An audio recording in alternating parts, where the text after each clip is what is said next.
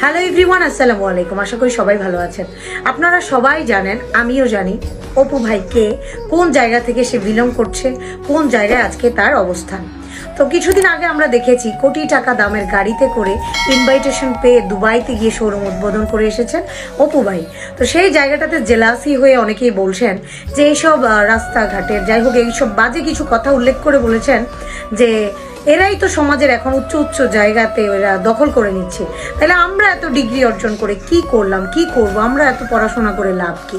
তো যেই ভাই বা যারা এই ধরনের পোস্টগুলো করছেন তাদের কাছে আপনাদের অপু ভাই প্রশ্ন রেখেছেন যে আপনারা শিক্ষিত হয়ে কি করেছেন আর আমি মূর্খ হয়ে কি করেছি, সেটার একটা হিসাব আপনারা আমাকে দেন, তাইলেই আপনারা ক্লিয়ার হয়ে যাবেন যে সমস্যাটা কোথায়। হ্যাঁ, অপু ভাইয়ের এই প্রশ্নটাই আমার মনের মধ্যে বড় একটা জায়গা ধারণ করেছে। মানে যেটা হচ্ছে, আমি এই প্রশ্নটা থেকেই আমি অনেক কিছু রিয়েলাইজেশন করেছি। অপু ভাই একসময়